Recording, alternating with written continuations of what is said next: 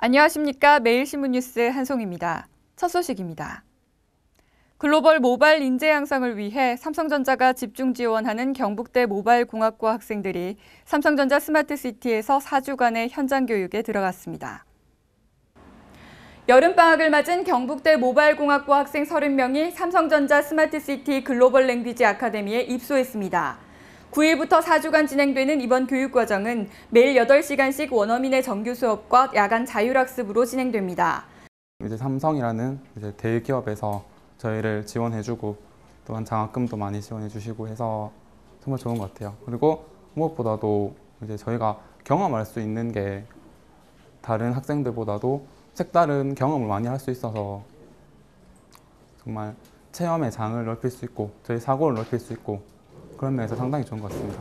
이 밖에도 전문 강사를 초빙해 에티켓 교육을 실시하고 팀 단위 조직 활성화 프로그램을 통해 팀워크와 리더십을 배양하며 프리젠테이션과 비즈니스 협상 과정을 통한 비즈 스킬을 높이는 등 지역사회 글로벌 인재 육성을 위해 힘쓰고 있습니다. 미래의 삼성이 요구하는 인재는 단순히 그 기술을 개발하는 인재가 아니고 스토리가 있고 컨텐츠가 있는 문화를 만들어가는 그 종합적인 그 엔지니어를 미래의 리더를 양성하는 게 목표입니다. 지금 하고 있는 여러 과정들이 그런 우리 미래 전략적인 지원을 하기 위해서 그 다음에 지역 대학을 육성하기 위해서 이런 두 가지 목적을 동시에 추구하는 그런 과정이라고 보시면 되겠습니다. 삼성전자와 경북대의 협약을 통해 설립된 모바일공학과는 입학과 동시에 삼성전자 채용이 보장되며 4년간 등록금 전액 면제 장학 혜택을 받게 됩니다. 뿐만 아니라 연간 500여만 원의 학업 지원금과 재학 중 삼성전자 연구소 인턴 기회를 제공받으며 인턴 기간 동안 600만 원의 인턴 수당과 숙식을 무료로 제공받는 파격적인 혜택을 누릴 수 있습니다. 혁신적인 기술을 인증받는 이노비즈 기업 인증서 수여식과 지역기업의 애로사항과 지원 방안을 논의하는 간담회가 대구 경북지방 중소기업청에서 열렸습니다. 이노비즈 기업의 애로사항을 청취하고 지원 방안을 모색하기 위해 이노비즈 인증서 수여식 및 간담회가 16일 개최됐습니다. 이노비즈는 이노베이션과 비즈니스의 합성어로 기술 우위를 바탕으로 경쟁력을 확보한 기술 혁신형 중소기업을 말합니다. 현재 전국에 17,400여 개의 이노비즈 기업이 있으며 대구는 873개, 경북은 884개의 기업들이 인증을 획득했습니다. 이날 간담회에서는 신규 이노비즈 인증기업 3개사와 성서권역에 있는 이노비즈 기업 12개사가 참석했으며 신규 이노비즈 기업에 대한 인증서 수여식과 함께 중소기업 정책 소개와 이노비즈 기업의 애로사항을 청취하는 시간을 가졌습니다. 대구지방 중소기업청과 대구경북 이노비즈협회는 이번 간담회를 계기로 이노비즈 기업과 중소기업청 간의 네트워크를 확대할 계획입니다. 지난 15일 인천공항을 이용하는 승객이 사상 처음으로 12만 5천 명을 넘어섰습니다. 역대 최다 기록입니다. 지난 15일 인천공항의 하루 이용객이 12만 6천여 명으로 역대 최다를 기록했습니다. 이는 이전 최다 기록인 작년 8월 15일의 12만 2천여 명에 비해 3%가량 늘어난 수치입니다. 인천국제공항공사는 다음 달 5일에는 개항 이후 처음으로 일일 이용객이 13만 명을 돌파할 것으로 예상했습니다.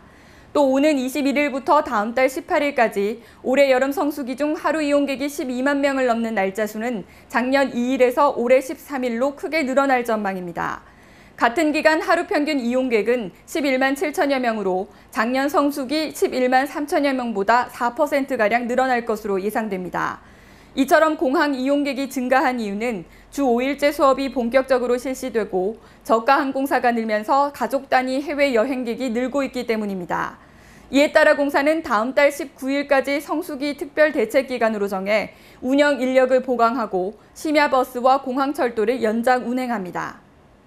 클래식의 대중화를 이끌어온 대구시립교향악단이 올 하반기 클래식 명작곡가들의 음악 세계를 탐구하는 마스터 클래식 시리즈를 선보입니다.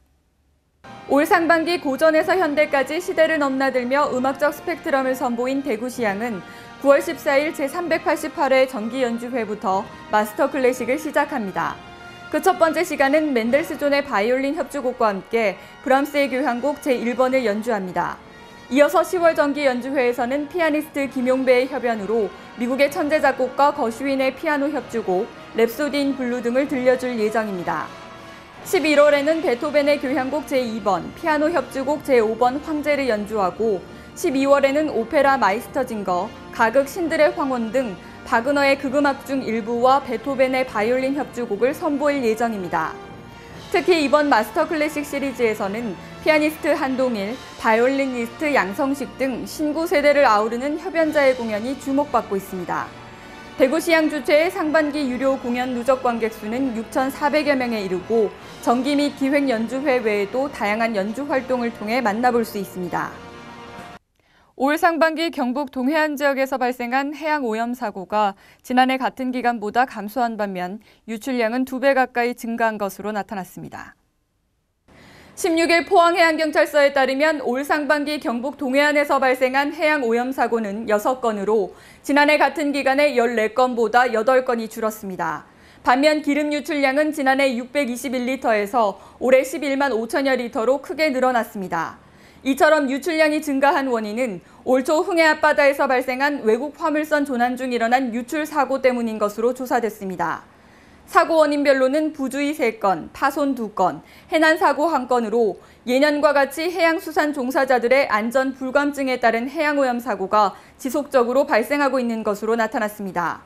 이에 따라 포항해경은 해양오염 사고에 대비해 방제 관련 유관 기관과의 협조 체제를 강화하는 등 해양오염 사고 대응 및 예방에 최선을 다할 예정입니다. 오늘 대구 경북은 장마 전선의 영향으로 오전에 비가 내리다 오후에는 산발적으로 빗방울이 떨어지는 곳이 있겠습니다. 비의 양은 5에서 30mm로 예상됩니다. 대구 경북 낮 최고 기온은 23도에서 28도로 어제와 비슷하겠습니다. 이상으로 7월 17일 매일신문 뉴스를 마치겠습니다. 시청해주신 여러분 감사합니다.